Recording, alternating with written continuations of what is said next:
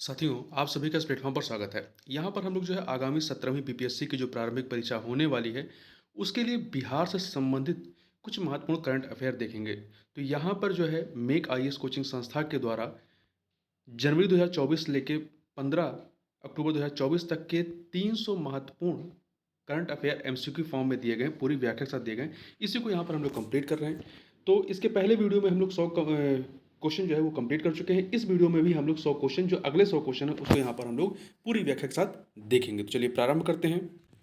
तो आपका 101 नंबर का क्वेश्चन है कि निम्नलिखित में से कौन बिहार व देश के पहले डिजिटल भिखारी के रूप में पूरे भारतवर्ष में प्रसिद्ध थे, जिनका हाल ही में निधन हुआ है। तो इनका नाम है क्या रहा है? राजू प्रसाद। राजू प्रसाद, जिन्हें पूरा भारत उनकी भीख मांगने की डिजिटल तरीके को लेकर देश के पहले डिजिटल भिखारी के रूप में जानता रहा है, उनका हाल ही में 9 मई 2024 को निधन हो गया। वह बिहार के बेतिया रेलवे स्टेशन पर भीख मांगता थे।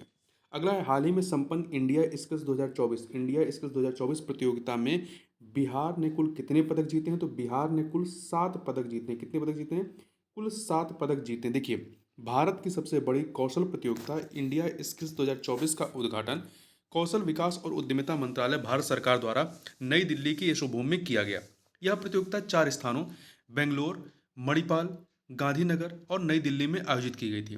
इनमें उड़ीसा ने सबसे अधिक पदक जीते हैं। उड़ीसा के 64 प्रतिभागियों में से 52 ने प्रतियोगिता में जीत हासिल की है, मतलब मेडल पाए हैं, 52 मेडल पाए हैं। वहीं बिहार के युवाओं ने कुल 7 पदक जीते हैं। इन 7 में से जो है आपके 3 स्वर्ण हैं, 3 स्वर्ण पदक है, 1 रजत है और 3 कांस्य है। ठीक है, तो कुल 7 पदक हैं, 3 स्वर्ण हैं, 1 रजत और 3 कांस्य हैं। अगला प्रश्न है कि इंडिया स्किल 2024 में बिहार के जो पदक मिले हैं, 7 पदक मिले हैं, तो इसमें किसको किस श्रेणी में कौन सा पदक मिला है, ये हमें सुमेलित करना है। तो यहां पर यदि हम लोग देखें, एक सेकेंड, राजेश शर्मा, देखिए राजेश शर्मा को कैबिनेट मेकिंग में ए से मिला दीजिए। पहले से अमित कुमार को इंफॉर्मेशन नेटवर्क केबलिंग में, सुजीत कुमार को वाटर टेक्नोलॉजी में और अवनी शर्मा को हेयर ड्रेसर के तौर पर इन्हें पुरस्कार दिया गया है। देखिए, इंडिया स्किल्स 2024 में बिहार के 7 पदक हैं, जिसमें से 3 स्वर्ण हैं, 1 रजत, 3 कांस्य हैं। इनमें बिहार के राजेश शर्मा को कैबिनेट मेकिंग, अमित कुमार को इंफॉर्मेशन नेटवर्क केबलिंग और गौतम कुमार गिरी को आईटी बिजनेस सॉल्यूशन कैटेगरी में गोल्ड मेडल दिया गया है। इसके अतिरिक्त बिहार के गोवर्धन कुमार को साइबर सिक्योरिटी कैटेगरी में सिल्वर मेडल तथा वाटर टेक्नोलॉजी कैटेगरी में Sujeet Kumar, hair dresser category में अवनी शर्मा और वेब टेक्नोलॉजी कैटेगरी में मौसम कुमार गिरी ने कांस्य पदक जीते हैं। आगे चलते हैं। अगला प्रश्न है कि बिहार के किस छात्र को हाल ही में इंटरनेशनल चेस फेडरेशन FIDF द्वारा कैंडिडेट मास्टर 2024 का टाइटल दिया गया था? तो यह पुरस्कार दिया गया है, यह टाइटल दिया गया रेहान मोहम्मद को। तो बिहार के रेहान मोहम्मद को इंटरनेशनल चेस फेडरेशन FIDE द्वारा कैंडिडेट मास्टर 2024 का टाइटल दिया गया। वे बिहार के पटना जिले के निवासी हैं। देखिए, इंडोनेशिया के बाली में आयोजित एशियन यूथ चेस चैंपियनशिप 2022 में मोहम्मद रेहान ने ओपन 12 टीम स्टैंडर्ड चेस में शीर्ष स्थान हासिल किया था। अगला प्रश्न है कि हाल ही में किस राज्य सरकार ने राज्य में अवैध खनन को रोकने के लिए वाहनों में 20 इंच की लाल रंग की चौड़ी पट्टी को अनिवार्य किया है? वाहनों में 20 इंच की लाल रंग की चौड़ी पट्टी को जो है अनिवार्य किया है। किसने किया है? बिहार ने किया। देखिए, हाल ही में बिहार खान और भूतत्व विभाग ने राज्य में अवैध खनन को रोकने के लिए नया आदेश जारी किया। इसके अनुसार अवैध रूप से बालू की ढुलाई पर रोक लगाने के लिए वाहनों में GPS लगे वाहनों में चारों तरफ से लाल रंग की 20 इंच चौड़ी पट्टी वाहन मालिकों को लगवाना होगा और पट्टी पर चारों तरफ 6 इंच के साइज में खनन वाहन निबंधन संख्या और वाहन संख्या अंकित करना अनिवार्य होगा। इसके लिए खान और भूतत्व विभाग ने इसकी अधिसूचना भी जारी की है, जो 1 जुलाई 2024 से प्रभावी होगी। अगला प्रश्न है कि महिला एवं बाल विकास मंत्रालय की हालिया जारी एक रिपोर्ट के अनुसार हेल्पलाइन 181 पर संकट में फंसी महिलाओं द्वारा किए गए शिकायत के समाधान में बिहार पुलिस का रिस्पांस रेट कितना रहा है? तो यह 1.1% रहा है। कितना रहा है? 1.1% रहा है। ठीक है, जो कि काफ़ी कम रहा है। देखिए, देश भर में संकट में फंसी महिलाओं के लिए केंद्रीकृत हेल्पलाइन 181 की शुरुआत 31 जुलाई 2014 को की गई थी। इस पर आने वाली शिकायतों और उसके निपटारे को लेकर महिला एवं बाल विकास मंत्रालय ने हाल ही में एक रिपोर्ट जारी की है। रिपोर्ट के अनुसार देश में 14 राज्य और केंद्रशासित प्रदेश ऐसे हैं जहां पर महिलाओं की शिकायतों को पुलिस गंभीरता से नहीं ले रही है। इनमें बिहार भी सम्मिलित है। बिहार में 2019 से 2024 के बीच 5 वर्षों में पुलिस रिस्पॉन्स रेट जो है लगभग 1% रहा है, मतलब बहुत ही कम रहा है। न्यूनतम रिस्पॉन्स रेट वाले या राज्य जिसका रिस्पॉन्स रेट सबसे बेहतर है वो कौन से है, तो इसमें आपका उत्तर प्रदेश है, सबसे अधिक रिस्पॉन्स रेट है, 100% है। पंजाब 99.6% है। गुजरात 99.99% है। ठीक है, तो उत्तर प्रदेश, फिर पंजाब है, फिर आपका गुजरात है सबसे बेहतर रिस्पॉन्स देने वालों में, और बिहार सबसे खराब, मतलब सबसे खराब वालों में है। राज्य जिसका रिस्पॉन्स रेट सबसे खराब है, तो इसमें सबसे खराब रिस्पॉन्स रेट आंध्र प्रदेश का है, 0.85%। दूसरे नंबर पर बिहार है और तीसरे नंबर पर आपका कर्नाटका है। ठीक, आंध्र प्रदेश नंबर 1 पर है, फिर बिहार है, फिर आपका कर्नाटका है।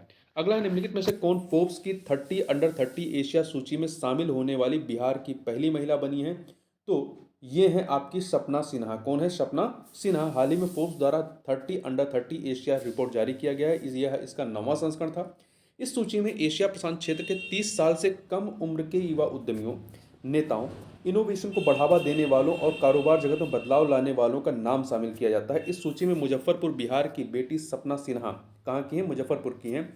सपना सिन्हा को मस्तिष्क और संज्ञानात्मक विज्ञान के अध्ययन पर उनके शोध के लिए उन्हें शामिल किया गया है।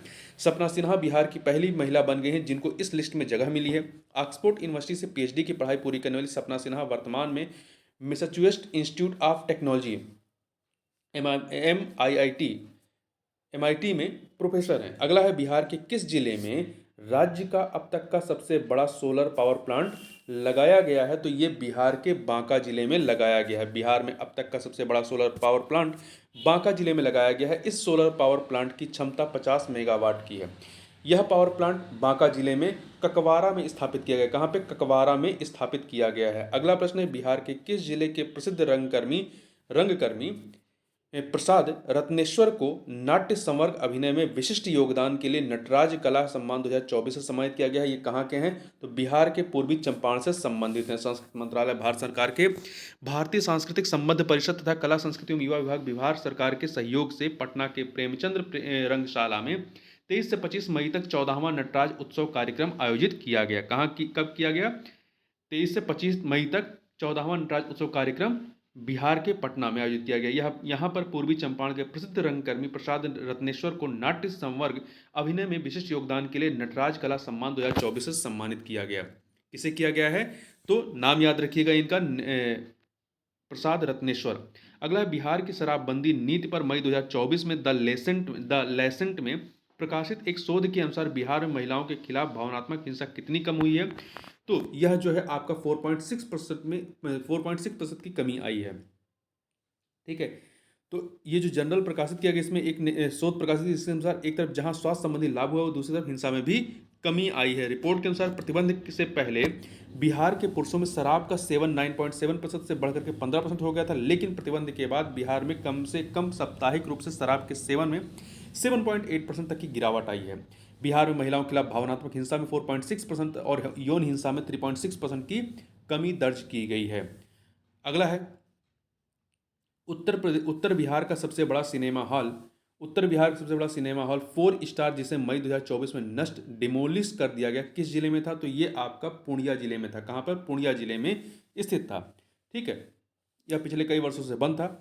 1984 में इसका निर्माण अमेरिका में रह रहे पूर्णिया के प्रसिद्ध डॉक्टर मोहन राय द्वारा करवाया गया था।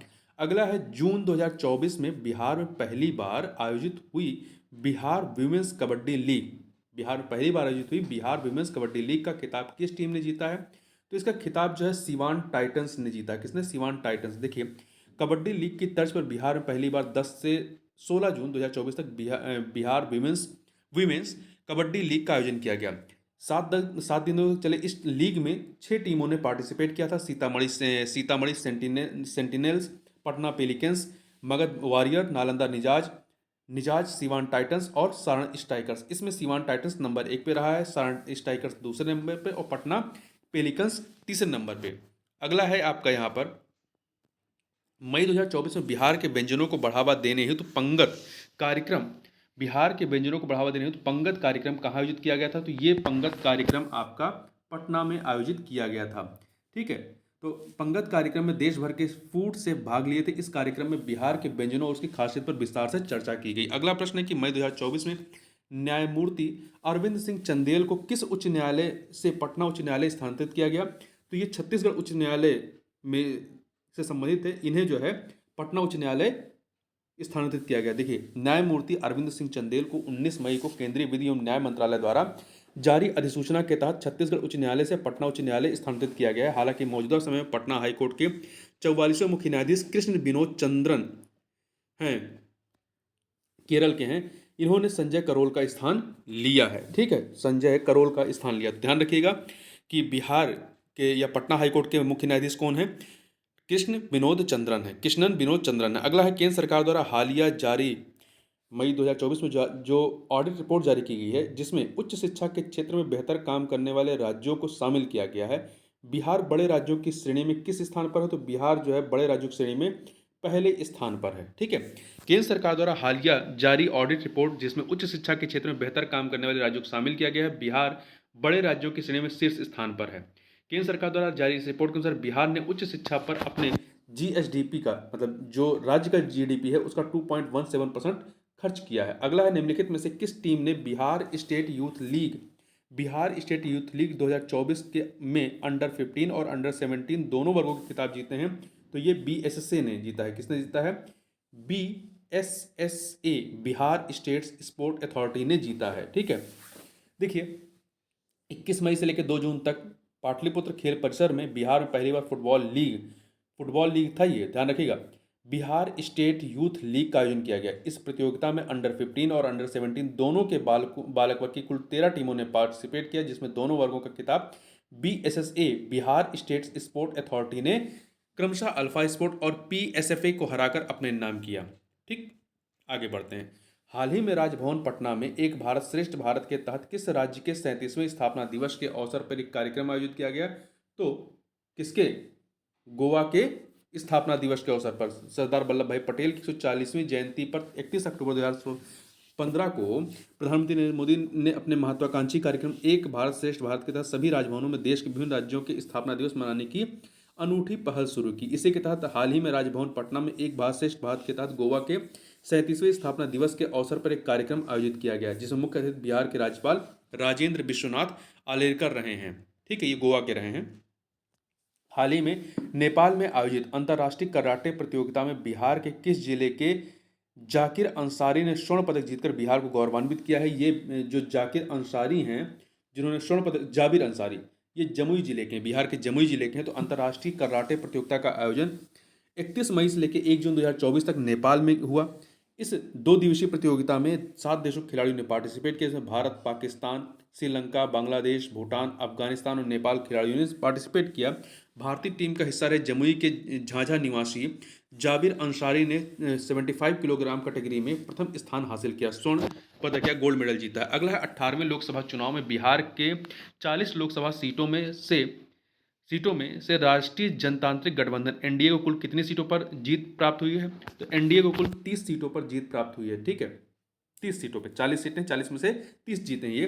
देखिए, 19 अप्रैल से 1 जून 2024 तक 7 चरणों में आयोजित 18वें लोकसभा चुनाव में बिहार के 40 लोकसभा सीटों में से एनडीए को 30 सीटों पर जीत प्राप्त हुई है। वहीं महागठबंधन इंडिया अलायंस को 9 सीटों पर जीत मिली है। और एक अन्य सीट, पुड़िया सीट पर पप्पू यादव ने, जो जन अधिकार पार्टी से थे, वो निर्दलीय लड़े थे, वो उन्होंने जीत हासिल की। तो एनडीए में जो भाजपा थी उसने 12 सीटें, जेडीयू ने 12 सीटें, लोजपा ने, रामविलास पासवान की जो पार्टी है, 5 सीटें, और हम जो जीतन राम मांझी की जो पार्टी है उसने 1 सीट जीती थी। कुल मिला के 30 सीटें जीते हैं। महागठबंधन में राजद ने, आरजेडी ने जो है लालू प्रसाद यादव की पार्टी ने 4 सीटें और कांग्रेस ने 3 सीटें जीती हैं। भाकपा माले ने 2 सीटें जीती हैं। अगला है, Indian institute ranking framework IIRF द्वारा हालिया जारी की गई 10+2 स्कूलों की ऑल इंडिया रैंकिंग में बिहार के कितने स्कूलों ने अपनी जगह बनाई है? तो इसमें से एक भी स्कूल ने इसमें जगह नहीं बनाई है। ठीक है, हालांकि इससे पहले जारी 2021 और 2023 में जारी इस रैंकिंग में भी बिहार किसी भी निजी स्कूल को इसमें शामिल नहीं किया गया था। इस बार इसमें देश भर के 148 स्कूलों को रैंकिंग प्रदान की गई है। यह रैंकिंग स्कूलों को 8 पैरामीटर पर दी जाती है। अगला प्रश्न है कि हाल ही में किस जगह पे फ्रैंकफर्ट, जर्मनी के फ्रैंकफर्ट में बिहार महोत्सव का आयोजन किया गया?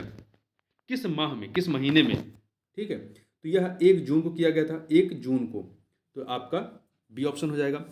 1 जून 2024 को जर्मनी के फ्रैंकफर्ट में बिहार महोत्सव का आयोजन किया गया। यहाँ पिछले 4 सालों से बिहार महोत्सव का आयोजन किया जा रहा है।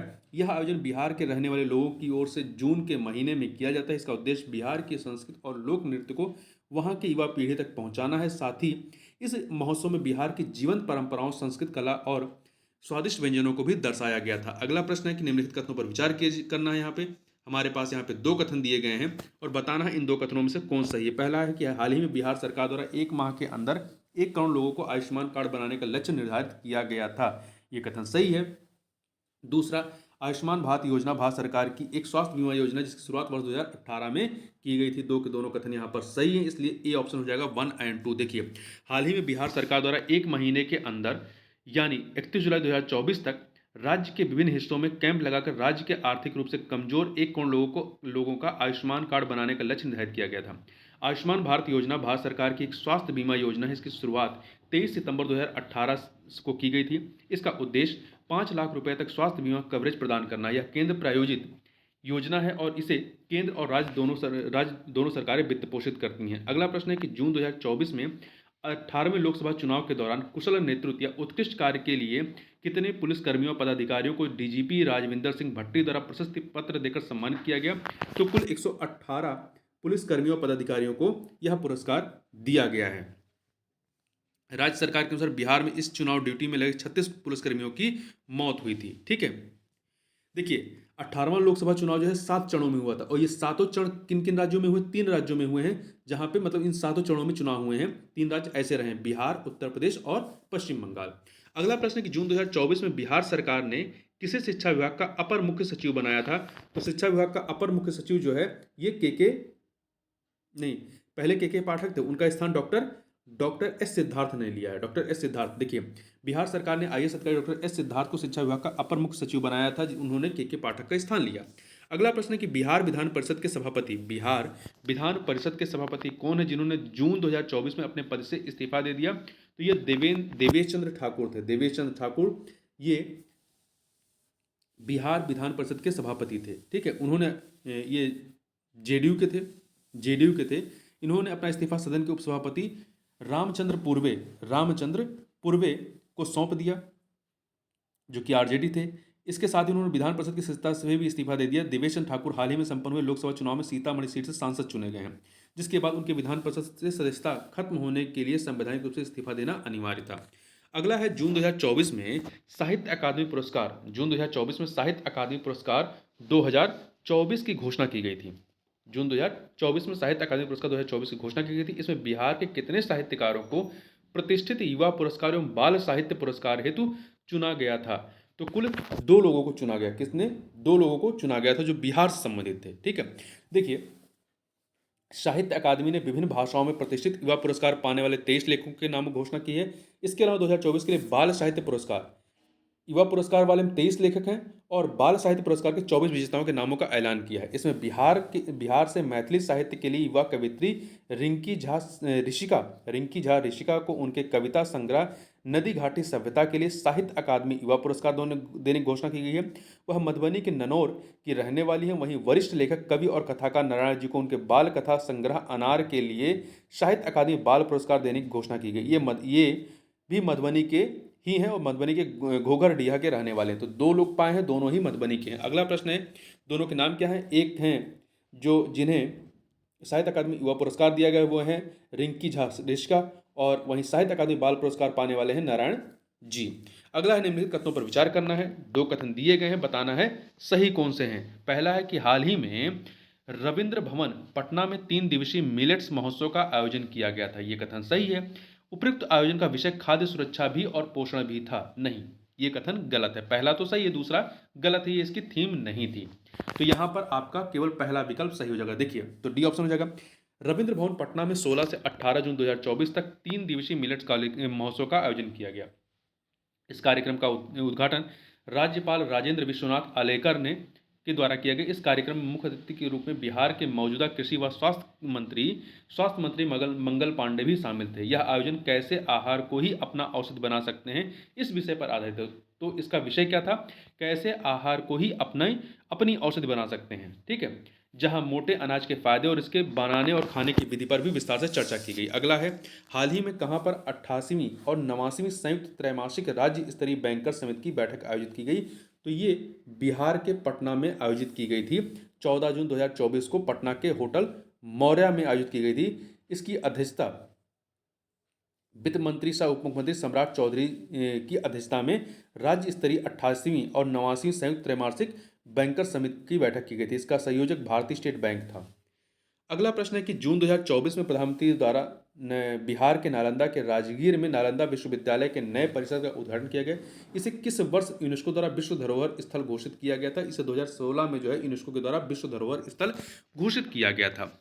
तो देखिए, प्रधानमंत्री ने बिहार के राजगीर में नालंदा विश्वविद्यालय के नए परिसर का उद्घाटन किया। इस नई यूनिवर्सिटी की शुरुआत भारत और पूर्वी एशिया शिखर सम्मेलन देशों के बीच सहयोग के तौर पर की गई है। पूर्वी एशिया शिखर सम्मेलन देशों में 10 आसियान देशों को मिलाकर कुल 18 देश शामिल हैं। इसमें भारत भी शामिल है। इनमें से 17 देशों के अम्बेसडर कार्यक्रम में मौजूद थे। देखिए, 450 एकड़ में बना यह कैंपस विश्व का सबसे बड़ा net zero green university campus है। 2014 में यूनिवर्सिटी में पहले बैच के लिए एडमिशन हुआ था और 6 विभाग के साथ कैंपस की शुरुआत हुई थी। नालंदा यूनिवर्सिटी की स्थापना 427 ईस्वी में सम्राट कुमार गुप्त ने की थी। ये विश्व की पहली रेजिडेंशियल यूनिवर्सिटी हुआ करती थी। ये यूनिवर्सिटी नालंदा महावीर से सिर्फ 20 किलोमीटर की दूरी पर स्थित है। नालंदा महावीर को 2016 में यूनेस्को वर्ल्ड हेरिटेज साइट घोषित किया गया था। अगला प्रश्न है कि बिहार के कहाँ की विधायक श्रेयसी सिंह, जो कि निशानेबाज रही हैं, तो श्रेयसी सिंह ने पेरिस ओलंपिक 2024 के लिए क्वालिफाई किया था। तो ये जमुई की विधायक रही है। कहाँ की? जमुई की श्रेयसी सिंह। देखिए, पेरिस ओलंपिक 2024 में निशानेबाज और बिहार की विधायक श्रेयसी सिंह ने शॉटगन ट्रैप वुमेन इवेंट में हिस्सा लिया। शूटिंग में श्रेयसी सिंह महिला ट्रैप इवेंट के क्वालिफिकेशन राउंड में हारकर बाहर हो गई थी। बिहार की जमुई विधानसभा से भाजपा के टिकट पर श्रेयसी विधायक हैं। अगला है, निम्नलिखित में से किस स्थान पर लार्सन एंड ट्रूबो लिमिटेड बिहार का सबसे बड़ा सोलर पावर प्लांट लगाया जाएगा? तो ये आपका लखीसराय के कजरा में लगाया जाएगा। ठीक है, कजरा गांव है, लखीसराय जिले के कजरा गांव में 185 मेगावाट क्षमता का सोलर पावर प्लांट लगाया जाएगा। इस प्लांट को लगाने के लिए लार्सन एंड ट्रूबो लिमिटेड को मंजूरी मिल चुकी है। अगला प्रश्न है, बिहार के किस जिले के रजौरी के फुलवरिया जलाशय पर फुलवरिया जलाशय पर 10 मेगावाट की फ्लोटिंग सोलर पावर प्लांट का निर्माण प्रस्तावित है। तो ये आपका कहाँ पर है? नवादा जिले में। तो बिहार सरकार ने नवादा जिले के रजौली के फुलवरिया जलाशय पर 10 मेगावाट की फ्लोटिंग सोलर पावर प्लांट लगाने की जिम्मेदारी सूर्यम इंटरनेशनल प्राइवेट लिमिटेड को सौंपी है। अगला प्रश्न है, निम्नलिखित में से कहाँ बिहार में हाल ही में राजकीय स्तर पर 2 दिवसीय आम महोत्सव 2024 का आयोजन किया गया? तो इसका आयोजन जो है 22 जून 2024 को पर कहाँ किया गया था? पटना के ज्ञान भवन में किया गया था। ठीक है, सम्राट अशोक कन्वेंशन केंद्र पटना स्थित ज्ञान भवन में 2 दिवसीय आम महोत्सव का आयोजन किया गया। इसका उद्घाटन मुख्यमंत्री नीतीश कुमार जी ने किया था। ठीक है, देखिए एक चीज़ और याद रखिए, जर्दालू आम के बारे में। जर्दालू आम बिहार में आम की एक प्रसिद्ध किस्म है। ऐसा माना जाता है कि इसकी उत्पत्ति बिहार के भागलपुर जिले में हुई है। वर्ष 2017 में जर्दालू आम को जीआई टैग दिया गया है। अगला है, निम्नलिखित में से किसे मैथिली भाषा के लिए साहित्य अकादमी द्वारा बाल साहित्य पुरस्कार 2024 के लिए चुना गया है? तो ये नारायण जी को चुना गया है। नारायण जी को चुना गया है। ठीक है, तो साहित्य अकादमी के बाल साहित्य पुरस्कार 2024 के विजेताओं में देखें, अंग्रेजी में नंदिनी सेनगुप्ता हैं, हिंदी में देवेंद्र कुमार हैं, असमिया रंजू हजारिका हैं, बंगाली की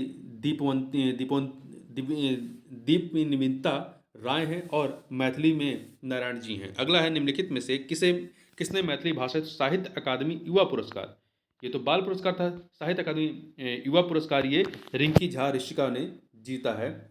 और इनकी रचना क्या रही है? इनका जो कविता संग्रह रहा है नदी घाटी सभ्यता के लिए दिया गया है। ये मधुबनी की ननौर की रहने वाली हैं। तो नारायण जी और आपकी रिंकी झा ऋषिका, ये दोनों ही जो हैं मधुबनी जिले से संबंधित रही हैं। अगला है, अंतर्राष्ट्रीय खगोलीय संघ ने किस ग्रह पर खोजे गए 2 नए गड्ढों या क्रेटर का नाम उत्तर प्रदेश और बिहार के 2 छोटे शहरों के नाम पर रखने को मंजूरी दी है? तो कहाँ के क्रेटर के? तो मंगल ग्रह के पे स्थित क्रेटरों का। देखिए, हिल्सा क्रेटर और लाल क्रेटर, यो मुर्सन क्रेटर, 3 क्रेटर हैं। अंतर्राष्ट्रीय खगोलीय संघ ने मंगल ग्रह पर खोजे गए 2 नए गड्ढों के नाम भारतीय राज्यों उत्तर प्रदेश और बिहार के 2 छोटे शहरों के नामों पर रखने की मंजूरी दी है। अंतर्राष्ट्रीय खगोलीय संघ ने एक अन्य गड्ढे का नाम भारत के भौतिक अनुसंधान प्रयोगशाला के पूर्व निदेशक प्रोफेसर देवेंद्र लाल के नाम पर रखा लाल क्रेटर रखने की भी आधिकारिक मंजूरी दी है। ये तीनों गड्ढे मंगल ग्रह पर थॉरिस ज्वालामुखी केंद्र में स्थित हैं। इन तीनों गड्ढों में सबसे बड़ा गड्ढा 65 किलोमीटर चौड़ा है, इसका नाम प्रोफेसर देवेंद्र लाल के सम्मान में लाल क्रेटर रखा गया है। वहीं दूसरा जो गड्ढा उसे मुर्सन क्रेटर और तीसरा जो है हिल्सा क्रेटर है। ठीक है, मुर्सन और हिल्सा नाम क्रमशः जो है आरपीएल के वर्तमान निदेशक, आरपीएल मतलब भौतिक अनुसंधान प्रयोगशाला के वर्तमान निदेशक डॉक्टर अनिल भारद्वाज और आरपीएल वैज्ञानिक डॉक्टर राजीव रंजन भारती के जन्म स्थानों के सम्मान में दिया गया है, मुर्सन क्रेटर और हिल्सा क्रेटर। अगला प्रश्न है कि निम्नलिखित में हाल ही में बिहार सरकार ने निम्नलिखित में से कितने जिलों में मृत प्राय एवं नंगे पहाड़ों को लगभग 50,000 सीड बॉल के जरिए पेड़ लगाकर हरा भरा करने की घोषणा की गई है। 50,000 सीड बॉल लगा के जरिए, तो ये आपका कितने जिलों में, तो ये जो है आपका ये जितने 4 जिले दिए इन सभी 4 जिलों में औरंगाबाद, गया, नवादा, जमुई। ठीक है, औरंगाबाद, गया, नवादा, जमुई, चारों नाम याद रखिएगा, महत्वपूर्ण है। तो यहाँ पर बी ऑप्शन हो जाएगा। देखिए, बिहार सरकार ने वन पर्यावरण एवं जलवायु परिवर्तन मंत्री डॉक्टर प्रेम कुमार ने 24 जून 2024 को औरंगाबाद में प्रेस वार्ता के दौरान यह घोषणा की कि बिहार के 4 जिलों औरंगाबाद, गया, नेवादा और जमुई, औरंगाबाद, गया, नेवादा और जमुई जिले में मृत प्राय एवं नंगे पहाड़ों को लगभग 50,000 सीड बॉल के जरिए पेड़ लगाकर हरा भरा बनाया जाएगा। तो 4 जिले ये महत्वपूर्ण है, औरंगाबाद है, गया है, नवादा है, जमुई है। ठीक है, वन महोत्सव भारत में वार्षिक रूप से मनाया जाने वाला एक साप्ताहिक वृक्षावरण उत्सव है जो जुलाई के पहले सप्ताह में 1 से 7 जुलाई 2024 तक मनाया जाता है। अगला प्रश्न है, जून 2024 में कहाँ आयोजित ब्रिक्स गेम 2024 की फेशिंग फाइल टीम इवेंट में बिहार के आकाश कुमार ने कांस्य पदक जीता है। तो इसका आयोजन कहाँ किया गया था? रूस के कजान में, रूस के कजान में हुआ था। तो रूस के कजान में 17 से 22 जून 2024 तक आयोजित ब्रिक्स गेम 2024 की फेशिंग फाइल टीम इवेंट में बिहार के आकाश कुमार ने कांस्य पदक जीता। आकाश कुमार बिहार के सारण जिले के छपरा के रहने वाले हैं। वे बिहार सरकार के गृह विभाग में कार्यरत हैं। अगला प्रश्न है कि जून 2024 में मुख्यमंत्री नीतीश कुमार ने किस जिले में इंटरनेशनल कन्वेंशन सेंटर और अतिथि परिषद का लोकार्पण किया है? तो ये पश्चिमी चंपारण में किया है। कहाँ पर किया है? पश्चिमी चंपारण में वाल्मीकि नगर में 106 करोड़ रुपए की लागत से निर्मित इंटरनेशनल कन्वेंशन सेंटर और अतिथि परिषद का लोकार्पण किया है। ठीक है, उन्होंने इस अंतर्राष्ट्रीय कन्वेंशन सेंटर का शिलान्यास जो है 6 मई 2022 को किया था। इसके अतिरिक्त उन्होंने कन्वेंशन सेंटर परिसर में महर्षि वाल्मीकि की प्रतिमा का भी अनावरण किया है। अगला है, हाल ही में बीएचयू वाराणसी में आयोजित काशी फिजियोकॉन 2024 बीएचयू वाराणसी में आयोजित काशी फिजियोकॉन 2024 में बिहार के किस चिकित्सक को फिजियो ऑफ द ईयर सम्मान से सम्मानित किया गया है? डॉक्टर राजेश कुमार सुमन को, डॉक्टर राजेश कुमार सुमन को जो है सम्मानित किया गया है। अगला प्रश्न है कि केंद्रीय कृषि और परिवार कल्याण मंत्रालय के अनुसार जून 2023 से लेकर जून 2023 से मई 2024 की अवधि के दौरान किस राज्य के सर्वाधिक किसान परिवारों ने स्वेच्छा से पीएम किसान योजना के तहत अपना लाभ छोड़ दिया है? तो बिहार के किसानों ने छोड़ा है। देखिए, बिहार के किसानों ने, यहाँ के 1,16,000 किसानों ने स्वेच्छा से अपना लाभ छोड़ा है। यह योजना जो ये प्रधानमंत्री किसान सम्मान निधि योजना है, ये 24 फरवरी 2019 को उत्तर प्रदेश के गोरखपुर में प्रधानमंत्री द्वारा शुरू की गई थी। यह 100% केंद्र प्रायोजित योजना है जिसके तहत किसानों को प्रतिवर्ष 6,000 रुपये जो है 3 किस्तों में मिलते हैं। ठीक है, तो सबसे अधिक किसान बिहार के जिन्होंने छोड़ा है, उसके बाद उत्तर प्रदेश और फिर तीसरे नंबर पर राजस्थान का नाम आता है। तो देखिए, बिहार के 29,176 किसान परिवारों ने उत्तर प्रदेश के बिहार के 26,176 किसान परिवारों ने छोड़ा है। उत्तर प्रदेश के 26,593 किसान परिवारों ने छोड़ा। तो बस आप नंबरिंग याद रखिएगा, सबसे अधिक बिहार के, दूसरे नंबर पे उत्तर प्रदेश, तीसरे पे राजस्थान है, चौथे पे महाराष्ट्र है। अगला है एसडीजी इंडिया इंडेक्स 2023-24 चौथा संस्करण जो है, इसके अनुसार निम्नलिखित में से कौन सा एक राज्य शीर्ष 3 सबसे खराब प्रदर्शन करने वाले राज्यों में शामिल नहीं है? तो इसमें देखिए, शीर्ष 3 खराब प्रदर्शन करने वाले जो राज्य हैं उसमें बिहार है, झारखंड है, नागालैंड है, परंतु उसमें उत्तर प्रदेश जो है वो शामिल नहीं है। देखिए, हाल ही में नीति आयोग ने एसडीजी इंडिया इंडेक्स 2023-24 का चौथा संस्करण जारी किया। यह 113 संकेतकों पर सभी राज्यों और केंद्रशासित प्रदेशों की राष्ट्रीय प्रगति को मापता और ट्रैक करता है। यह इंडेक्स सतत विकास लक्ष्यों पर राष्ट्रीय और उपराष्ट्रीय प्रगति को मापने के लिए देश का प्रमुख उपकरण है। नीति आयोग के सीईओ वी VR सुब्रमण्यम ने कहा कि भारत का समग्र स्कोर 2018 में 57 से बढ़कर 2020-21 में 66 हो गया और 2023-24 में ये 71 हो गया है। यह प्रत्येक राज्य और केंद्र शासित प्रदेश के लिए 16 एसडीजी, 17 एसडीजी परंतु 16 एसडीजी पर लक्ष्यवार स्कोर की गणना करते हैं। ये अंक 0 से 100 के बीच होते हैं। यदि कोई राज्य या केंद्र शासित प्रदेश 100 का स्कोर प्राप्त करता है तो यह दर्शाता है कि उसने लक्ष्य प्राप्त कर लिया है। सूचकांक में जो 10 नए प्रवेशक हैं वो कौन से हैं, ये नाम छोड़ दीजिए, बहुत याद करने की जरूरत नहीं है। यहाँ पे आइए देखिए, बेहतरीन प्रदर्शन करने वाले राज्यों में उत्तराखंड और केरल का स्कोर 79 है। दोनों ही राज्य शीर्ष प्रदर्शन करने वाले राज्य बनकर उभरे हैं, उत्तराखंड और केरल। वहीं दूसरे स्थान पर तमिलनाडु है और तीसरे पे गोवा है। पहले पे आपका उत्तराखंड केरल है, दूसरे पे तमिलनाडु है, तीसरे पे गोवा है। ठीक है, बिहार का स्कोर जो है 57 है। बिहार का स्कोर जो है 57 है, झारखंड का स्कोर 62 है, नागालैंड का स्कोर 63 है। ये तीनों राज्य इस वर्ष सूचकांक में सबसे खराब प्रदर्शन करने वाले राज्य हैं, बिहार, झारखंड, नागालैंड। वहीं केंद्र शासित प्रदेशों में चंडीगढ़, जम्मू कश्मीर, पुडुचेरी, अंडमान निकोबार द्वीप समूह और दिल्ली शीर्ष 5 प्रदर्शन करने वाले राज्य रहे हैं। आगे बात करते हैं, बिहार के किस जिले में विश्व के सबसे बड़े रामायण मंदिर का निर्माण किया जा रहा है? तो पूर्वी चंपारण में किया जा रहा है। कहाँ पे? पूर्वी चंपारण में किया जा रहा है। ठीक है, तो विश्व के सबसे बड़े रामायण मंदिर के निर्माण का दूसरा चरण शुरू हुआ है। ये 3.76 लाख वर्ग फीट क्षेत्र में फैले 3 मंजिला मंदिर का निर्माण जून 2023 में शुरू हुआ है और 2025 में पूरा होने की आशा है। ठीक, देखिए 20 जून 2023 से प्रथम चरण का कार्य प्रारंभ हुआ, जिसमें जमीन के नीचे 100 फीट गहराई तक 3200 भूगर्भ स्तंभों का निर्माण 10 महीनों में पूरा कर लिया गया। विराट रामायण मंदिर परिसर में कुल 22 मंदिर होंगे। इनमें रामायण काल से जुड़ी सभी देवी देवताओं की प्रतिमाएं होंगी। तीसरे चरण में मंदिर के शिखर का निर्माण व साज सज्जा का काम होगा। विराट रामायण मंदिर में कुल 12 शिखर बनाए जाएंगे। अगला प्रश्न है कि जुलाई 2024 में एक ऐतिहासिक उपलब्धि में मानवी मधु कश्यप किस राज्य की पुलिस में पहली ट्रांस वुमन सब इंस्पेक्टर बनी है? तो ये है बिहार की। कहाँ की बनी है? बिहार की बनी है। माधवी मधु कश्यप और 2 अन्य ट्रांसजेंडर व्यक्तियों ने बिहार पुलिस में पहली ट्रांस वुमेन सब इंस्पेक्टर बनने का इतिहास रच दिया है। इन 3 ट्रांसजेंडर उम्मीदवारों में से 2 ट्रांस मैन और एक ट्रांस वुमन, जो 2 ट्रांस मैन है और एक ट्रांस वुमन मानवी मधु कश्यप थी। अगला प्रश्न है कि निम्नलिखित कथनों पर विचार कीजिए। यहाँ पर आपके पास 2 कथन दिए गए हैं, बताना है सही कौन सा है। पहला है, हाल ही में राजगीर में बिहार के पहले खेल विश्वविद्यालय साथ ही खेल अकादमी का उद्घाटन किया गया। सही है। दूसरा, उपयुक्त परिसर देश का पहला ऐसा खेल गंतव्य है जहां एक ही स्थान पर खेल परिसर और खेल विश्वविद्यालय दोनों ही हैं। ये कथन आपका सही, 2 के दोनों कथन सही है, इसलिए डी ऑप्शन हो जाएगा। देखिए 29 अगस्त 2024 को राष्ट्रीय खेल दिवस के अवसर पर माननीय मुख्यमंत्री श्री नीतीश कुमार द्वारा राजगीर खेल विश्वविद्यालय और खेल अकादमी का उद्घाटन किया गया। यह बिहार का पहला और देश का छठा विश्वविद्यालय, बिहार का पहला और देश का छठा विश्वविद्यालय, और यह देश का पहला ऐसा खेल गंतव्य होगा जहां एक ही स्थान पर खेल परिसर और खेल विश्वविद्यालय दोनों होंगे। अगला प्रश्न है आपका अगला कि अगस्त 2024 में किस राज्य ने राज्य के सभी मंदिरों, मठों और ट्रस्टों का पंजीकरण अनिवार्य कर दिया था? तो ये अनिवार्य किया है किसने? बिहार सरकार ने किया है। ठीक है, तो और उनकी अचल संपत्तियों का ब्यौरा बिहार राज्य धार्मिक न्यास बोर्ड की वेबसाइट पर अपलोड करने के निर्देश दिए हैं। अगला प्रश्न है कि अगस्त 2024 में केंद्रीय मंत्रिमंडल ने बिहार के किस हवाई अड्डे में नई इकाइयां बनाने को स्वीकृति दी हैं? तो बिहार किस हवाई अड्डे में? तो बिहटा हवाई अड्डे में। कौन से?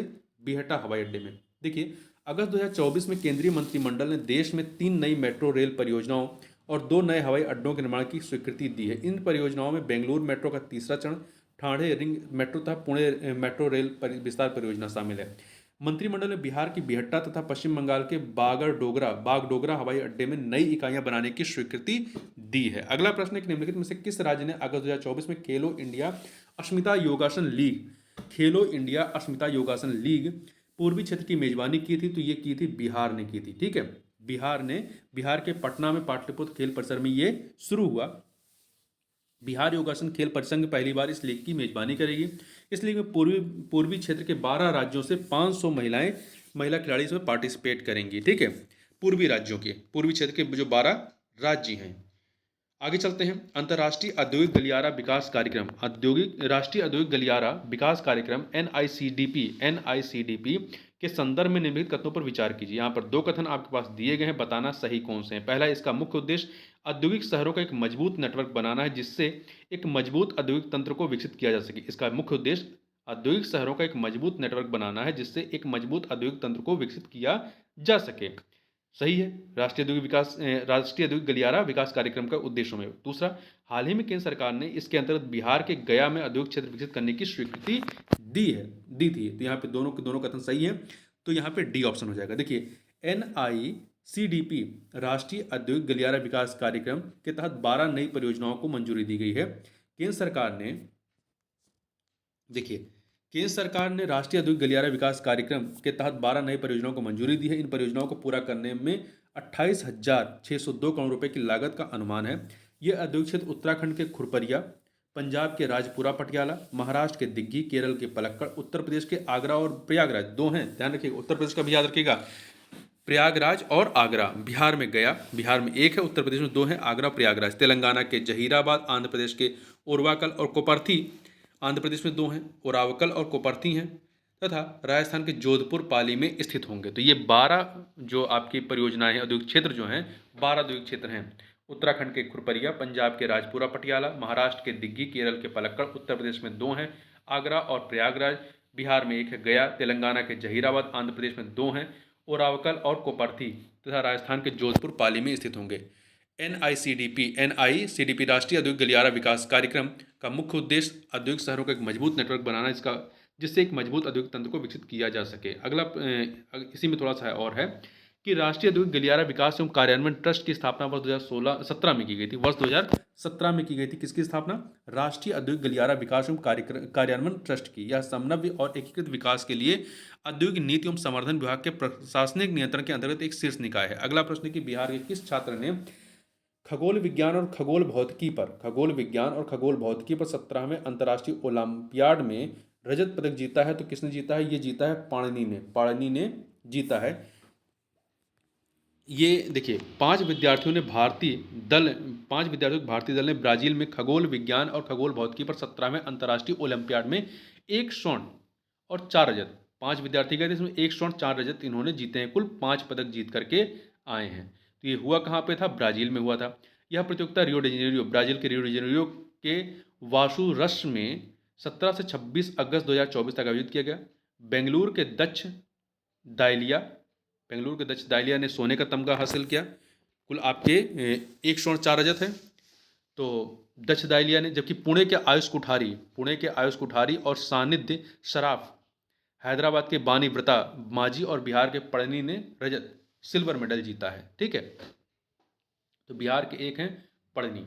पदक तालिका में भारत 8वें स्थान पर रहा। भारत अगले वर्ष अगस्त में मुंबई में अगले अंतर्राष्ट्रीय ओलंपियाड, जो 18वां अंतर्राष्ट्रीय ओलंपियाड होगा, उसका आयोजन कहाँ होगा?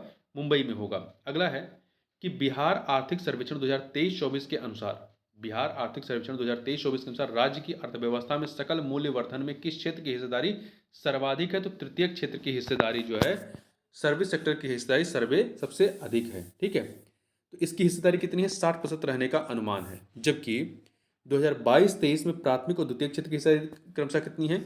तो इन दोनों की हिस्सेदारी जो है 20% रहने का अनुमान है। अगला है आबादिक श्रम बल सर्वेक्षण 2022-23 के अनुसार बिहार में श्रमिक जनसंख्या अनुपात जो है कितने प्रतिशत था? तो ये में आवधिक बाल सर्वेक्षण 2022-23 के अनुसार यह 48.7% था। ठीक है, कुल जनसंख्या का देखिए, आवधिक श्रम बल सर्वेक्षण के अनुसार बिहार में श्रम भागीदारी दल कुल जनसंख्या के 50.9% थी। बिहार में श्रमिक जनसंख्या अनुपात जो है 48.7% था।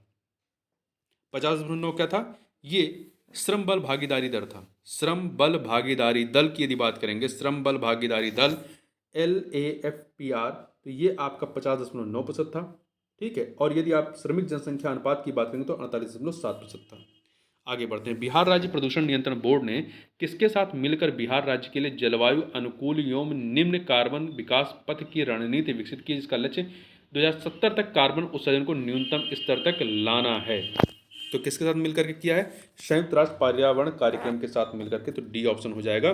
देखिए, बिहार राज्य प्रदूषण नियंत्रण बोर्ड ने संयुक्त राष्ट्र पर्यावरण कार्यक्रम UNEP के साथ मिलकर बिहार राज्य के लिए जलवायु अनुकूल एवं निम्न कार्बन विकास पथ की रणनीति विकसित की। इसका लक्ष्य 2070 तक कार्बन उत्सर्जन को न्यूनतम स्तर तक लाना है। अगला प्रश्न है कि निम्नलिखित में से कौन देश का पहला राज्य है जो आईआईटी कानपुर के सहयोग से स्वदेशी तकनीक का उपयोग करके ग्रामीण क्षेत्रों में ब्लॉक स्तर पर परिवेशी वायु गुणवत्ता की निगरानी कर रहा है? तो ये बिहार है। कौन है? बिहार है आपका।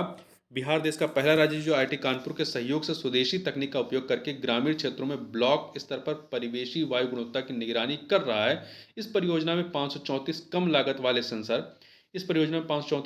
वाले सेंसर और उपग्रह डेटा का उपयोग किया गया है। साथ ही पटना में बीएसपीसीबी मुख्यालय में अतिरिक्त सेंटर सेट भी लगाए गए हैं। अगला प्रश्न है कि मई 2024 में कहां पर एक सप्ताह तक चलने वाले पटना कलम चित्र शैली प्रशिक्षण कार्यक्रम का उद्घाटन किया गया? कहां पर एक सप्ताह तक चलने वाले पटना कलम चित्र प्रशिक्षण कार्यक्रम का उद्घाटन किया गया? तो ये किया गया पटना जिले में। कहां किया गया? पटना जिले में किया गया।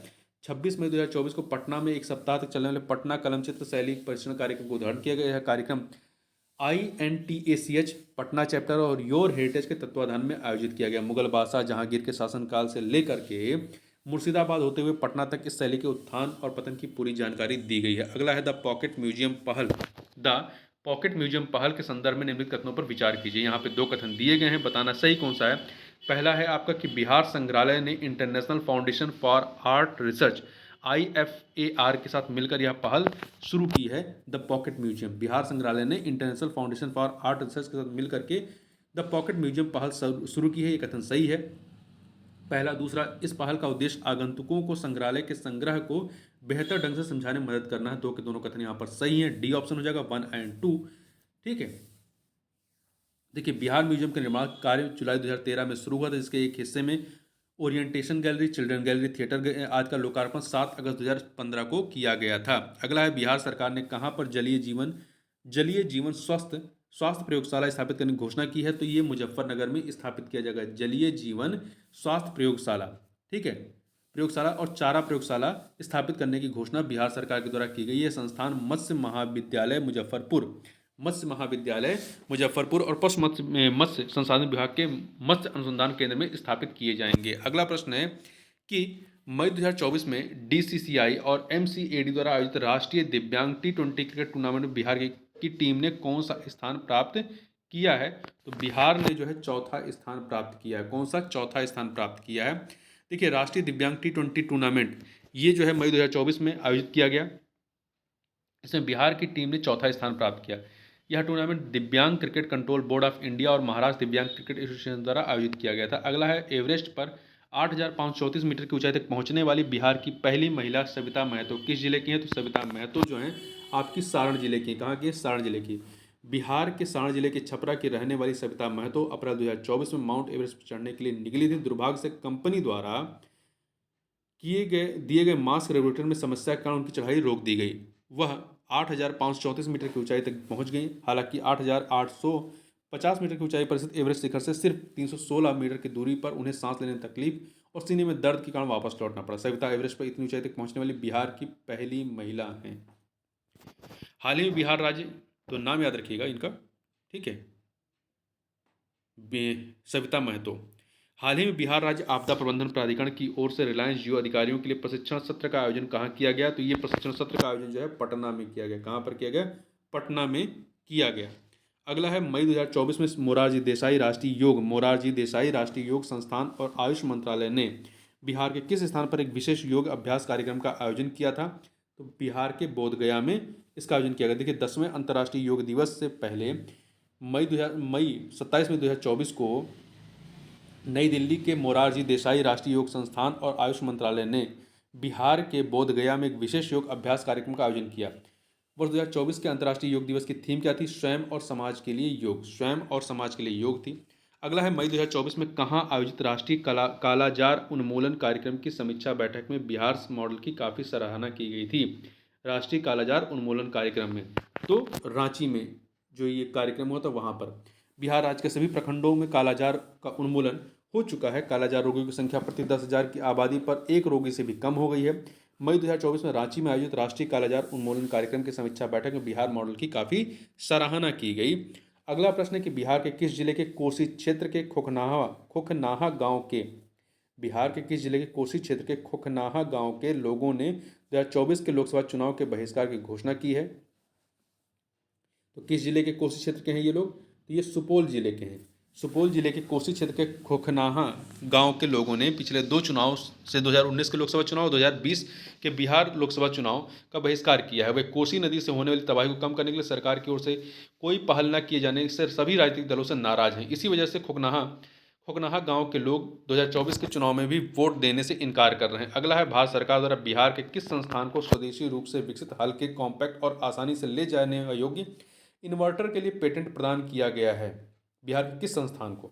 ठीक है, तो ये आपका भारतीय प्रौद्योगिकी संस्थान पटना, आईआईटी पटना को प्रदान किया गया। देखिए, भारत सरकार द्वारा भारतीय प्रौद्योगिकी संस्थान पटना, आईआईटी पटना ने पटना को स्वदेशी रूप से विकसित हल्के, कॉम्पैक्ट और आसानी से ले जा सकने योग्य इन्वर्टर के लिए पेटेंट प्रदान किया गया है। इसे आईआईटी पटना के इंक्यूबेशन सेंटर में पोर्टेबल पावर टेक्नोलॉजी की स्टार्टअप योजना के अंतर्गत विकसित किया गया है। यह इन्वर्टर देश के पोर्टेबल पावर मॉड्यूल यूपीएस के क्षेत्र में आत्मनिर्भर बनाने में मदद करेगा। अगला प्रश्न है कि केंद्र सरकार की ओर से जारी 12वीं रेटिंग के अनुसार देश की 55 बिजली कंपनियों में north Bihar power distribution company को कौन सा स्थान मिला है? तो इसको जो है 37वां स्थान दिया गया है। कौन सा स्थान दिया गया है? 37वां स्थान मिला है, 37। केंद्र सरकार की ओर से जारी 12वीं रेटिंग के अनुसार देश की 55 बिजली कंपनियों की रेटिंग में north Bihar power distribution company को 37वां, south Bihar power distribution company को 38वां स्थान दिया गया है। दोनों कंपनियों को सी ग्रेडिंग मिली है, ठीक है, जबकि पिछले साल दोनों कंपनियों को सी माइनस ग्रेड मिला था, मतलब अब सुधार हुआ है। अगला है, अप्रैल 2024 में किसे सामाजिक कार्य के लिए प्रतिष्ठित राष्ट्रीय प्रतिभा पुरस्कार से सम्मानित किया गया है? तो डॉक्टर सुधा सिन्हा को दिया गया है। डॉक्टर सुधा सिन्हा अप्रैल 2024 में पटना की प्रसिद्ध कवयित्री और सेवानिवृत्त प्रोफेसर डॉक्टर सुधा सिन्हा को प्रतिष्ठित राष्ट्रीय प्रतिभा पुरस्कार से सम्मानित किया गया। नारायणी देवी अग्रवाल चैरिटेबल ट्रस्ट और गोल्डन स्पैरो द्वारा दिल्ली के त्रिमूर्ति भवन में आयोजित समारोह में उन्हें यह सम्मान प्रदान किया गया। डॉक्टर सिन्हा को यह सम्मान सामाजिक कार्य के लिए मिला है। अगला प्रश्न है कि आईआईटी पटना ने नवीनतम Times Higher Education Asia University ranking 2024 में कौन सा स्थान प्राप्त किया? तो 163वें स्थान पे था। ठीक है, पटना आईआईटी जो है 163वें स्थान पर पहुंच गया है। अगला है, हाल ही में चर्चा में रहे गोरखपुर सिलीगुड़ी ग्रीनफील्ड एक्सप्रेसवे के संदर्भ में गोरखपुर सिलीगुड़ी ग्रीनफील्ड एक्सप्रेसवे के संदर्भ में निम्नलिखित कथनों पर विचार कीजिए। यहाँ पर आपके पास दो कथन दिए गए हैं, बताना सही कौन सा है। पहला है कि यह 6 और 8 लेन वाला बिहार का पहला एक्सप्रेसवे है। कौन सा? Gorakhpur Siliguri greenfield expressway. ये 6 और 8 लेन वाला बिहार का पहला एक्सप्रेसवे होगा। यह मार्ग बिहार के 8 जिलों से होकर के गुजरेगा। ये कथन आपका सही है, तो इसलिए 1 और 2 डी ऑप्शन हो जाएगा। देखिए, गोरखपुर सिलीगुड़ी ग्रीनफील्ड एक्सप्रेस के बारे में बात करें तो बिहार सरकार ने 5 आगामी एक्सप्रेसवे के विकास की योजना बनाई। इनमें से गोरखपुर सिलीगुड़ी ग्रीनफील्ड एक्सप्रेसवे के निर्माण की प्रक्रिया का उद्देश्य 3 राज्यों उत्तर प्रदेश, बिहार और पश्चिम बंगाल के लिए सड़क संपर्क को बढ़ाना है। यह 6 और 8 लेन वाला बिहार का पहला एक्सप्रेसवे होगा। लगभग 416 किलोमीटर लंबा यह मार्ग बिहार के 8 जिलों से होकर के गुजरेगा। इन जिलों में कौन कौन से हैं? इन जिलों में आपका पश्चिमी चंपारण है, पूर्वी चंपारण है, शिवहर है, सीतामढ़ी है, मधुबनी है, सुपौल है, अररिया है, किशनगंज है। ठीक है, तो कौन कौन से फिर से देख लीजिए। पश्चिमी चंपारण है, पूर्वी चंपारण है, शिवहर है, सीतामढ़ी है, मधुबनी है, सुपौल है, अररिया है और किशनगंज है। अगला प्रश्न है कि निम्नलिखित कथनों पर विचार कीजिए। दो कथन यहाँ आपको दिए गए हैं, बताना सही कौन से हैं। पहला है, पटना के बॉबी कुमार को विश्व कप प्रतियोगिता के लिए भारतीय सेपक टकराव टीम में चुना गया था। भारतीय सेपक टकराव महासंघ टीम में, सही है, पहला कथन सही है। दूसरा, अंतर्राष्ट्रीय सेपक टकराव महासंघ ISTAF द्वारा विश्व कप मलेशिया के कुआलालंपुर में आयोजित किया गया था। यह कथन भी सही, दोनों कथन सही है। देखिए, पटना के बॉबी कुमार को आगामी विश्व कप प्रतियोगिता के लिए भारतीय सेपक टकराव टीम में चुना गया था। अंतर्राष्ट्रीय सेपक टकराव महासंघ विश्व कप जो है ये 16 मई से लेकर 26 मई 2024 तक मलेशिया के कुआलालंपुर में आयोजित किया गया। सेपक टकराव को बुका बॉल, किक बॉल, वॉलीबॉल या फुट वॉलीबॉल भी कहा जाता है। अगला प्रश्न है कि बिहार राज्य के चौथे कृषि रोड मैप 2023 से लेकर 2028 तक का जो है में अगले 4 वर्षों तक 2023 से 2028 तक 4 वर्षों तक वार्षिक कितने पेड़ लगाने का लक्ष्य रखा गया है? महत्वपूर्ण है। तो वार्षिक 4 वर्षों तक वार्षिक जो है 5 करोड़ पेड़ लगाने का लक्ष्य रखा गया है। 5 करोड़ वार्षिक मतलब 4 साल तक हर साल 5 करोड़ पेड़ लगाए जाएंगे, 20 करोड़ पेड़ लगाए जाएंगे। वर्तमान में बिहार की हरित आवरण लगभग जो है वो 16% है। अगला है, पहला बिहार कृषि रोड मैप किस वर्ष प्रस्तुत किया गया था? तो ये जो पहला जो प्रस्तुत किया गया था 2008 में प्रस्तुत किया गया था। 2008 से 12 था। पहला 2008 से 12 था, दूसरा जो था वो 2012 से 17 था, तीसरा जो था 17 से लेके 22 तक था, और जो चौथा अब है वो थोड़े से गैप के बाद चौथा जो 2023 से 2028 तक के लिए रणनीतियां। तो चार आपके कृषि रोड मैप हुए हैं। पहला 2008 से 12 था, फिर दूसरा जो है 12 से 17 था, फिर आपका 17 से 22 था, अब 23 से लेके 28 तक है। अगला है हाल ही में मतलब मई 2024 में बिहार सरकार ने कितने जिलों में बेबी कॉर्न उत्पादन को बढ़ावा देने के लिए कार्यक्रम शुरू किया है। तो ये जो है कुल 9 जिलों में इसको बढ़ावा देने के लिए कार्यक्रम शुरू किया गया है। देखिए हाल ही में मतलब मई 2024 में बिहार सरकार ने 9 जिलों में बेबी कॉर्न उत्पादन को बढ़ावा देने के लिए कार्यक्रम शुरू किया है। ये 9 जिले कौन से? पटना, नालंदा, गया, वैशाली, समस्तीपुर, बेगूसराय, भागलपुर, पूर्णिया, किशनगंज। इन 9 जिलों में बेबी कॉर्न की खेती पर ध्यान दिया जाएगा। इस पहल के लिए सरकार द्वारा 50 लाख रुपए आवंटित किए गए हैं। इस योजना का लाभ लेने के लिए किसानों को कृषि विभाग की वेबसाइट पर पंजीकरण कराना होगा। किसानों को जो है कृषि विभाग की वेबसाइट पर पंजीकरण कराना होगा। अगला है times young university ranking. Times young university ranking 2024 के संदर्भ में निम्नलिखित कथनों पर विचार कीजिए। तो यहाँ पर 2 कथन दिए गए हैं, बताना सही कौन से। पहला, आईआईटी पटना ने इस रैंकिंग में 93वीं रैंक हासिल की है। नहीं, ये गलत है। इसमें 117वीं रैंक हासिल की, 93 93 नहीं, 117वीं रैंक हासिल की, इसलिए पहला कथन गलत है। केवल एक भारतीय विश्वविद्यालय ने शीर्ष 100 की सूची में स्थान प्राप्त किया है। नहीं, ये कथन भी गलत है। 2 भारतीय विश्वविद्यालयों ने इसमें अंडर 100 की सूची में स्थान प्राप्त किया है। तो यहाँ पे दोनों कथन गलत है, इसलिए सी ऑप्शन हो जाएगा। देखिए भारतीय प्रौद्योगिकी संस्थान आईआईटी पटना ने टाइम्स यंग यूनिवर्सिटी रैंकिंग 2024 में 117वीं रैंक हासिल की है। 2 भारतीय विश्वविद्यालयों ने शीर्ष 100 की सूची में स्थान प्राप्त किया है। ये कौन से हैं? महात्मा गांधी विश्वविद्यालय केरल 81वें स्थान पर, जबकि अन्ना विश्वविद्यालय चेन्नई 96वें स्थान पर रहा है। ठीक है, 2024 में रैंकिंग में लगभग 673 विश्वविद्यालय शामिल थे, जबकि 2023 में 605 थे। नानयांग टेक्नोलॉजी यूनिवर्सिटी सिंगापुर विश्व विश्वविद्यालय रैंकिंग में सर्वोच्च रैंक वाले एशियाई संस्थानों में से एक है। अगला है कौशल प्रतियोगिता इंडिया स्किल 2023-24 में बिहार को कुल कितने पदक मिले हैं। तो बिहार को कुल जो है 7 कुल कितने स्वर्ण पदक मिले हैं। तो देखिए कुल 7 पदक मिले हैं, इसमें से 3 स्वर्ण मिले हैं, 3 स्वर्ण, 1 रजत और 3 कांस्य मिले हैं। तो ध्यान रखिएगा जो इंडिया स्किल्स 2023-24 था इसमें बिहार ने कुल 7 पदक जीते हैं, जिसमें से 3 स्वर्ण पदक जीते हैं, 1 रजत और 3 कांस्य पदक जीते हैं। ठीक है, तो ये याद रखिएगा, सबसे अधिक उड़ीसा ने जीते हैं। अगला है मोहनिया रामगढ़ चौसा के बीच 45 किलोमीटर नव घोषित किस सड़क को बक्सर और वाराणसी के बीच वैकल्पिक सड़क के रूप में विकसित करना प्रस्तावित है। मोहनिया रामगढ़ चौसा के बीच 45 किलोमीटर नौ घोषित किस सड़क को बक्सर और वाराणसी के बीच वैकल्पिक सड़क के रूप में विकसित करना प्रस्तावित है। तो इस सड़क का नाम क्या है? ये है आपका NH319A। NH319A। ठीक है, देखिए इसकी आंशिक स्वीकृति केंद्रीय सड़क परिवहन एवं राजमार्ग मंत्रालय ने वर्ष 2022 में दी थी। आगे चलते हैं। हाल ही में अप्रैल 2024 किसे दिल्ली में आयोजित एक कार्यक्रम में भारत गौरव रत्न पुरस्कार से सम्मानित किया गया। तो दिल्ली में आयोजित भारत गौरव रत्न पुरस्कार सम्मानित किसे किया गया है? पवन कुमार दर्शन को जो है शिक्षा एवं समाज कल्याण के क्षेत्र में उत्कृष्ट कार्य करने वाले राष्ट्रीय मानवाधिकार आयोग के कार्यकर्ता एवं पटना सिटी सेंट्रल स्कूल के निदेशक सह सचिव आचार्य पवन कुमार दर्शन को दिल्ली में आयोजित एक कार्यक्रम में भारत गौरव रत्न पुरस्कार से सम्मानित किया गया। अगला प्रश्न है कि हाल ही में बिहार के पर्यावरण वन एवं जलवायु परिवर्तन विभाग की सचिव वंदना प्रेयसी ने किस देश की तमांग सफारी में पशु विनिमय कार्यक्रम का अवलोकन किया। तमांग सफारी में पशु विनिमय कार्यक्रम का अवलोकन किया, इंडोनेशिया में किया। कहां पर? इंडोनेशिया में। बिहार के पर्यावरण वन एवं जलवायु परिवर्तन विभाग की सचिव वंदना प्रेयसी ने इंडोनेशिया की तमांग सफारी में पशु विनिमय कार्यक्रम का अवलोकन किया तथा जेब्रा और ओरांगुटान का अवलोकन किया। इससे पहले तमांग सफारी के प्रतिनिधियों ने वंदना प्रेयसी से मुलाकात की थी, जिसमें जेब्रा, ओरांगुटान और चिंपैंजी के आदान प्रदान पर चर्चा की गई थी। पटना चिड़ियाघर ने भी इस तरह की चर्चा का प्रस्ताव रखा है, जिसमें एक नरगैंडे के बदले 3 जेब्रा, 2 नर और 1 मादा के आदान प्रदान की बात की गई है। अगला है हाल ही में मतलब मई 2024 में नाक NAAC द्वारा A++ ग्रेडिंग पाने वाला बिहार का पहला कॉलेज कौन सा बना है। तो यह है पटना महिला कॉलेज बना है।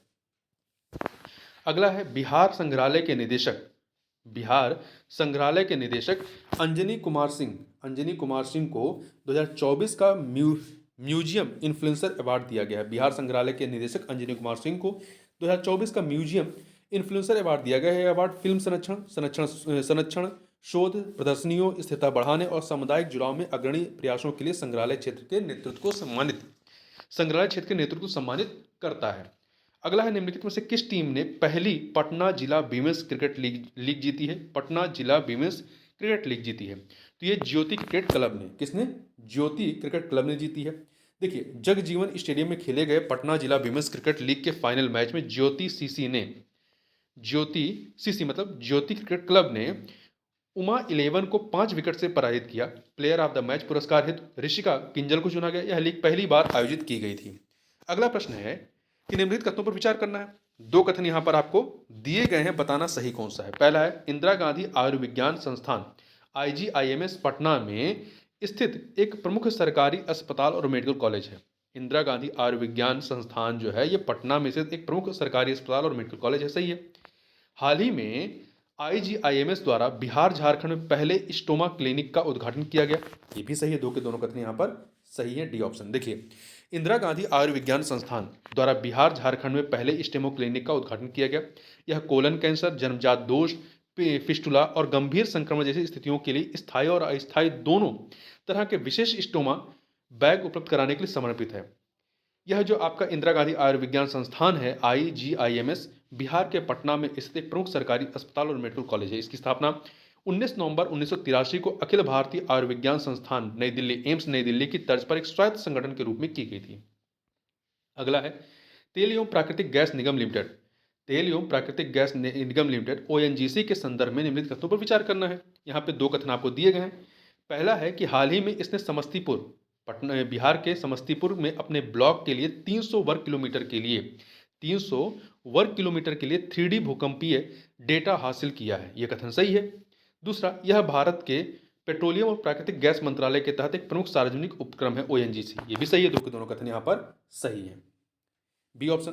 देखिए, ONGC ने बिहार में तेल और गैस के लिए कुआं खोदने की योजना बनाई है, जिसका लक्ष्य उत्तर प्रदेश और पंजाब सहित गंगा बेसिन में अन्वेषण प्रयासों को विस्तार करना है। कंपनी ने बिहार के समस्तीपुर में अपने ब्लॉक के लिए 300 वर्ग किलोमीटर के लिए 3D भूकंपीय डेटा हासिल कर लिया है। अब दो अन्वेषण कुएं खोदने की योजना बना रही है। इसके अतिरिक्त उत्तर प्रदेश के बलिया में अन्वेषण की योजना बनाई गई है। ONGC जो है, जिसे पहले तेल एवं प्राकृतिक गैस आयोग के नाम से जानते थे, इसकी स्थापना 1956 में हुई थी। पेट्रोलियम और प्राकृतिक गैस मंत्रालय के तहत एक प्रमुख सार्वजनिक उपक्रम है ONGC। भारत के घरेलू तेल और गैस उत्पादन में लगभग 70% का योगदान देता है। अगला प्रश्न है कि हाल ही में अप्रैल 2024 में BHU में आयोजित जो बनारस हिंदू विश्वविद्यालय है में आयोजित राष्ट्रीय फेडरेशन कप सीनियर कुश्ती प्रतियोगिता में किस जिले की जूही कुमारी ने बिहार 65 किलोग्राम भार वर्ग में कांस्य पदक जीता है। तो ये कहाँ की है?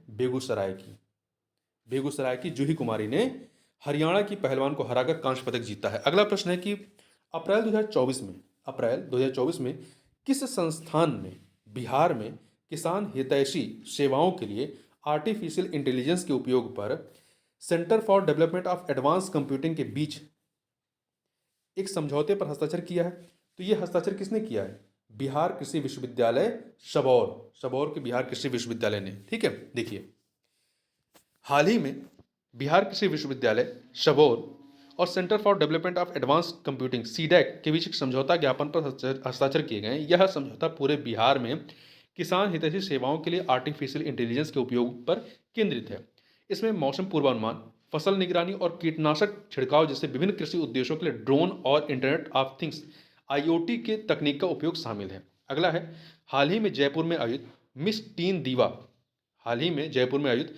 टीन दीवा 2024 सौंदर्य प्रतियोगिता में मिस टीन अर्थ इंडिया का खिताब किसने जीता है? तो ये पटना की 15 वर्षीय तनिष्का शर्मा ने जीता है। महत्वपूर्ण है, पटना की 15 वर्षीय तनिष्का शर्मा ने जयपुर में आयोजित मिस टीना दीवा 2024 सौंदर्य प्रतियोगिता में मिस टीन अर्थ प्रतियोगिता का खिताब जीता है। अगला है, संस्कृति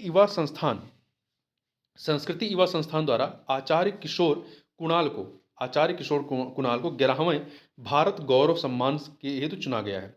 वे किस राज्य के हैं? तो ये जो है आपके बिहार के हैं। बिहार के पटना के महावीर मंदिर ट्रस्ट के सचिव आचार्य किशोर कुणाल को 11वें भारत गौरव पुरस्कार से सम्मानित किया जाएगा।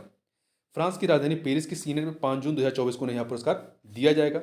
संस्कृत युवा संस्थान की ओर से उन्हें यह पुरस्कार दिया जा रहा है। यह संगठन वैश्विक स्तर पर भारतीय संस्कृति और सभ्यता को बढ़ावा देने वाला एक अंतर्राष्ट्रीय मंच है।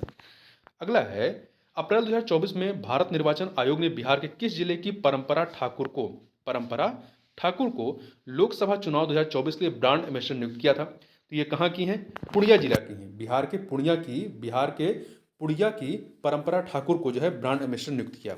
अगला है, हाल ही में मतलब अप्रैल 2024 में बिहार सरकार ने किन दो जिलों में ग्रीन चैनल 2 कार्यक्रम शुरू करने की घोषणा की है? तो ये दो जिले कौन से हैं? तो ये दो जिले मुजफ्फरपुर और बेगूसराय हैं। मुजफ्फरपुर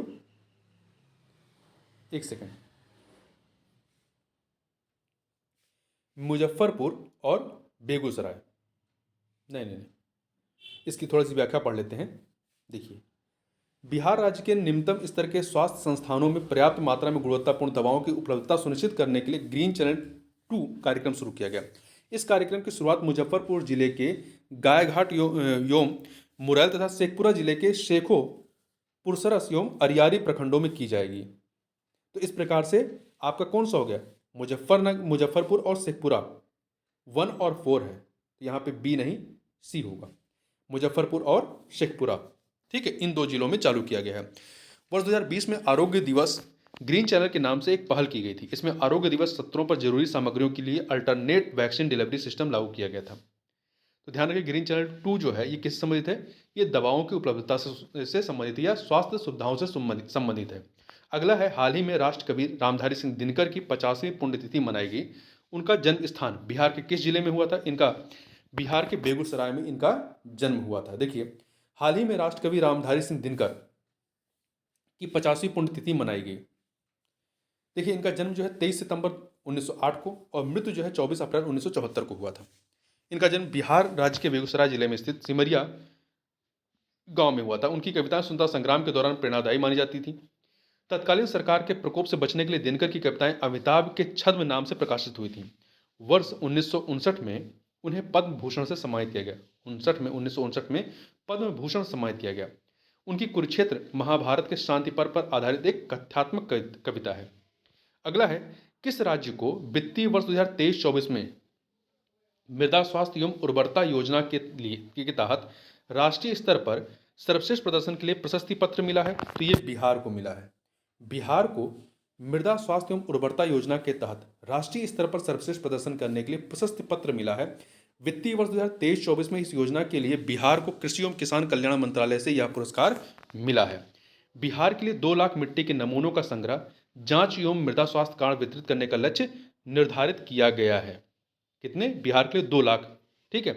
कृषि सचिव के अनुसार सभी 38 जिलों में स्थापित मृदा जांच प्रयोगशालाओं ने दक्षता परीक्षा पास कर ली है। अगला है, हाल ही में बिहार के किस स्थान पर खुदाई के दौरान मौर्य काल से पहले के भूकंप रोधी इमारतों और कंक्रीट की सड़कों के अवशेष मिले हैं?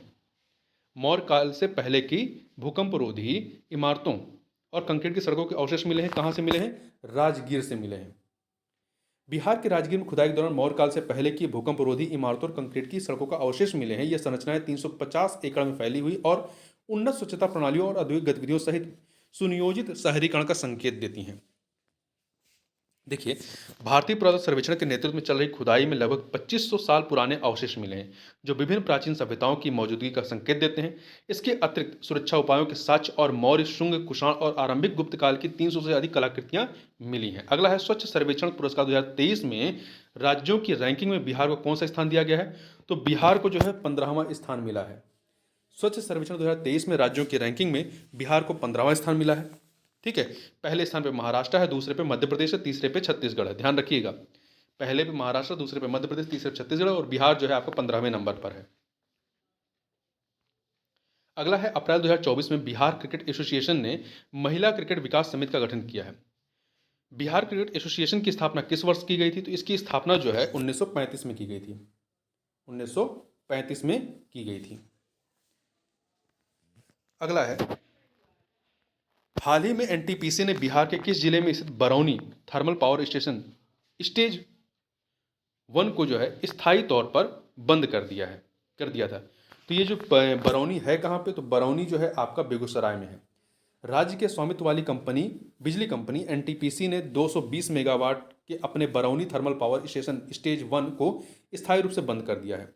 एनटीपीसी ने 15 दिसंबर 2018 को बिहार राज्य विद्युत उत्पादन कंपनी से बिहार के बेगूसराय जिले में Barauni thermal power station 720 megawatt का अधिग्रहण किया।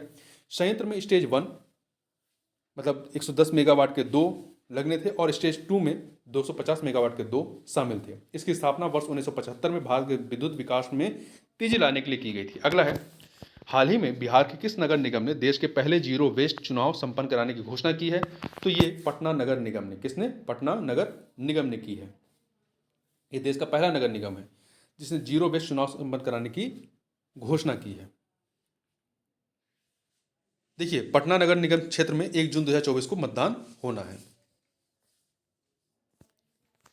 अगला है, हाल ही में पद्मश्री से सम्मानित बिहार के बुनकर कपिल देव प्रसाद का निधन हो गया। उन्हें किस वर्ष पद्मश्री से सम्मानित किया गया था? उन्हें जो है 2023 में पद्मश्री से सम्मानित किया गया था। पद्मश्री से सम्मानित नालंदा के बुनकर कपिल देव प्रसाद का पटना में इलाज के दौरान निधन हो गया। वे 71 वर्ष के थे। कपिल देव प्रसाद बिहार शरीफ के बसवन बिगहा के रहने वाले थे। वे पिछले कुछ दिनों से बीमार थे। वर्ष 2023 में राष्ट्रपति ने उन्हें पद्मश्री से सम्मानित किया था। कपिल देव प्रसाद पिछले 6 दशक से हैंडलूम सेक्टर से जुड़े हुए थे। उन्होंने 52 बूटी साड़ी को देश विदेश में या देश दुनिया में पहचान दिलाई थी। किसने? कपिल देव प्रसाद ने। ठीक है, बिहार शरीफ के थे ये। अगला है, निम्नलिखित कथनों पर विचार कीजिए। यहाँ पर आपको 2 कथनों पर दिए गए 2 कथनों पर विचार करना, बताना सही कौन सा है। पहला है, हाल ही में मगही उपन्यास फूल बहादुर का अंग्रेजी अनुवाद लॉन्च किया गया था। सही है। दूसरा है, उपन्यास फूल बहादुर जयनाथ पति द्वारा लिखित और वर्ष 1928 में प्रकाशित किया गया था। 2 के दोनों कथन यहाँ पर सही हैं। तो ए ऑप्शन हो जाएगा। देखिए, जम्मू कश्मीर के उपराज्यपाल मनोज सिन्हा ने पटना में मगही उपन्यास फूल बहादुर का अंग्रेजी अनुवाद लॉन्च किया। यह अनुवाद बिहार के नालंदा के प्रसिद्ध लेखक अभय के द्वारा किया गया था, जो अनुवाद किया गया है। ठीक है, लेखक इसके कौन रहे? जयनाथ पति। उपन्यास फूल बहादुर जयनाथ पति द्वारा लिखित और वर्ष 1928 में प्रकाशित किया गया था। मगही जो है, मगही भाषा में रहा है ये। मगही या मागधी एक इंडो आर्यन भाषा है। मगही को कैथी लिपि में लिखा जाता है। मुख्य रूप से बिहार, झारखंड और पश्चिम बंगाल के जिलों में इसको बोला जाता है। ठीक है। अगला प्रश्न है कि मार्च 2024 में किसे बिहार विद्युत विनियामक आयोग का अध्यक्ष नियुक्त किया गया? तो ये नियुक्त किया गया है आमिर सुबहानी को। इनका कार्यकाल 5 वर्ष या 65 वर्ष की आयु तक रहेगा। अगला है, भारत के जलवायु परिवर्तन के 50 संवेदनशील जिलों में बिहार के कितने जिले शामिल हैं? तो बिहार के कुल 14 जिले शामिल हैं। 50 जो जिले शामिल हैं पूरे भारत के, उसमें 14 जिले बिहार के हैं। ये कौन कौन से हैं 14 जिले? तो एक बार नाम याद रखिएगा। अररिया, जमुई, शिवहर, पूर्वी चंपारण, लखीसराय, मधुबनी, बक्सर, किशनगंज, पूर्णिया, सिवान, सीतामढ़ी, मधेपुरा, गोपालगंज, खगड़िया। तो ध्यान रखिएगा, पूर्वी चंपारण है परंतु पश्चिमी चंपारण इसमें शामिल नहीं है। हाल ही में किस देश ने शिक्षक आनंद कुमार को प्रतिष्ठित गोल्डन वीजा प्रदान किया है? तो ये गोल्डन वीजा जो है ये संयुक्त अरब अमीरात ने प्रदान किया है। किसने? संयुक्त अरब अमीरात ने। सुपर 30 के संस्थापक जाने माने गणित शिक्षक आनंद कुमार ने मंगलवार 6 फरवरी 2024 को एक महत्वपूर्ण उपलब्धि हासिल की, क्योंकि उन्हें संयुक्त अरब अमीरात यूएई सरकार द्वारा प्रतिष्ठित गोल्डन वीजा प्रदान किया गया। इस मान्यता ने कुमार को एक ऐसे विशिष्ट समूह में शामिल कर दिया जिसमें पारंपरिक रूप से बॉलीवुड सितारों, खेल जगत के दिग्गजों का दबदबा रहा है। अगला, तो यहाँ पे आपके 200 क्वेश्चन हो गए, मतलब इस वीडियो के 100 क्वेश्चन। तो इस वीडियो में बस इतना ही। मिलते हैं नेक्स्ट वीडियो में, तक के लिए बहुत बहुत धन्यवाद।